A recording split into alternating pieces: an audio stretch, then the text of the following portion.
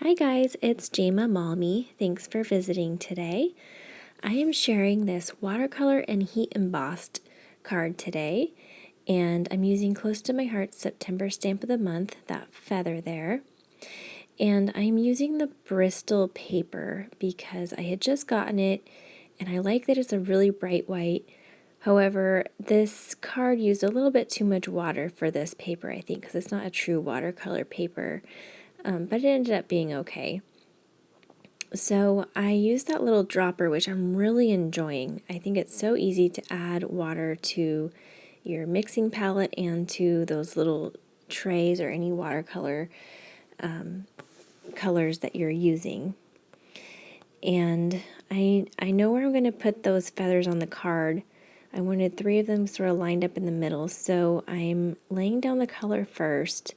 I wanted to do the embossing on top of the watercolor so that the watercolor wouldn't cover up any of the embossing if I did the embossing first. So I'm laying down the color first, and I chose a few colors that are sort of on the fall side, but still sort of summery. I'm not quite ready for fall yet. I'm not ready to let go of summery. So I wanted them to be sort of bright and cheery, but a little more toward the fall side. And so I'm going to speed up the drying process with my heat tool. And as I did that, the washi tape that I used to hold my paper down started to lift up. So I'm not going to be using that tape for this anymore. And I'm going to peel it off and replace it. The paper was warping pretty bad, and I'm not sure if that's because of the paper or because the tape was lifting up, so I'll have to figure that out next time. But then I went down and I laid some more color down on top of the first layer, and I added more water this time because I wanted a little more watery, and I wanted it to sort of ooze into the colors next to it. And I don't know if you noticed, and I'm sort of doing it here, but in the first layer of color I sort of tried to make the brush go in the same pattern as the feather was going to go, sort of a feathery effect. And as I was drying it this time, some of the water was going, dripping up the top, and I really liked that. And so I was trying to move the board around and trying to get it to move off the paper a little bit more. I was having trouble with that middle color, so I added some more water, and that did the trick. And just kept moving the water around, and I'm really starting to like the look of this. So once I was done, I peeled the paper off, and I'm going to start doing my heat embossing.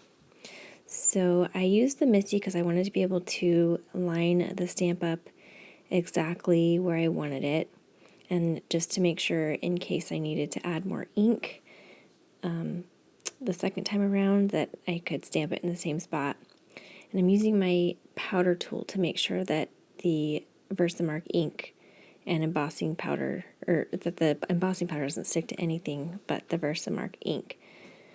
So I'm doing each feather individually and then heat embossing it before I move on to the next one.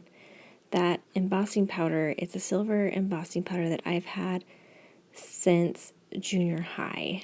I've been stamping since junior high, which is longer ago than I'd care to admit, but I stopped for a while. My sister and I used to be addicted to stamping and embossing before it was cool, and we got this embossing and stamping set from a fair that my parents bought for us, and so this is still from that.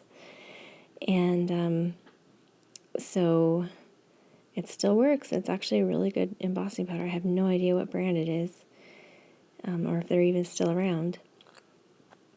But I am going to put that last feather down, and in between the stamping, I'm cleaning it with my Close to My Heart stamp scrubber just to kind of clean it off before I move to the next one. So, and it wasn't dry all the way, so that's why it was kind of making a mark in the watercolor, but that's okay because I was using my Misty, so it was lined up again perfectly. So after I am done with this embossing, I wanted to sort of color in the feathers just a little bit, and I'm purposely going out of the lines because I wanted the messy watercolor look. And I'm just doing 2 colors on each feather. I'm doing sort of a contrasting color and then adding a little more of the same color that's on each feather.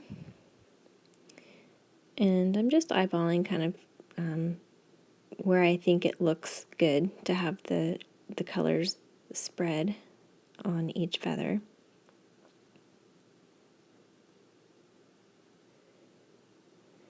It looked kind of funny to me as I was coloring and going out of the lines because it looked like I shouldn't be coloring out of the lines, but once it's dry, I like the end result.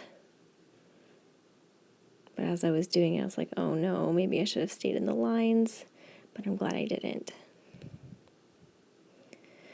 So once I dried that, I decided to put I cut it down to a little less than 4 by 5 1/4. And then that silver piece I cut to 4 by 5 1/4, and the black piece is 4 1/4 by 5 1/2. That Thanks die is from Close to My Heart, and it is retired now, but there are so many Thanks dies and cool scripty dies out on the market. You can find lots at any stamp site that you go to. And I've never stacked the dies before, but I thought I would try it. I've seen some other people do it, and I thought, oh, I don't want to bother with that. That's too much work for me. But it really wasn't a lot of work. I used the matte, what's it called? The multi-matte medium, or multi-medium in the matte finish, however you say it. And I just did little dots and kept stacking them, and it was actually really easy to stack, and the tweezers helped a lot. Those tweezers were like $2 at Hallmark scrapbooks, and I really like them. I didn't like the tweezers I had before, and I just picked those up a couple weeks ago, and they work well. So once I stacked them all, then I did some more of the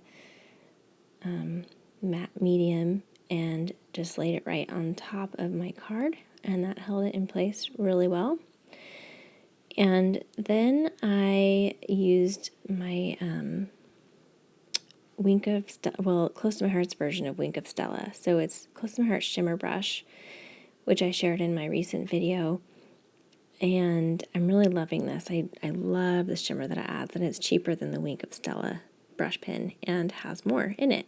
So it shows up really well on the black, and I really like the sparkle that it adds to that die cut. And then I added a few more dots around the card just to kind of add that shimmer around, and I wiped it off between colors. And then I used my Nuvo drops. This is the Crystal Nuvo drops, which dry just clear. It's very similar to like liquid glass or the Ranger's, I forget what Ranger's version is called, but anyways, it dries just very clear. But it adds a very nice even drop. And then I used the black because I felt like I needed to pull that black a little bit more. I didn't do any black splatters with the watercolors, which, by the way, that happened off camera. I added the splatters in the colors of the watercolors I was using. And then I should have mounted onto the card base before, but I didn't, and very carefully did that. And here's the finished product. Look at that sparkle. It's so pretty. I love it. So if you like this video, please subscribe, and thank you so much for watching. I hope you enjoyed, and let me know if you have any questions.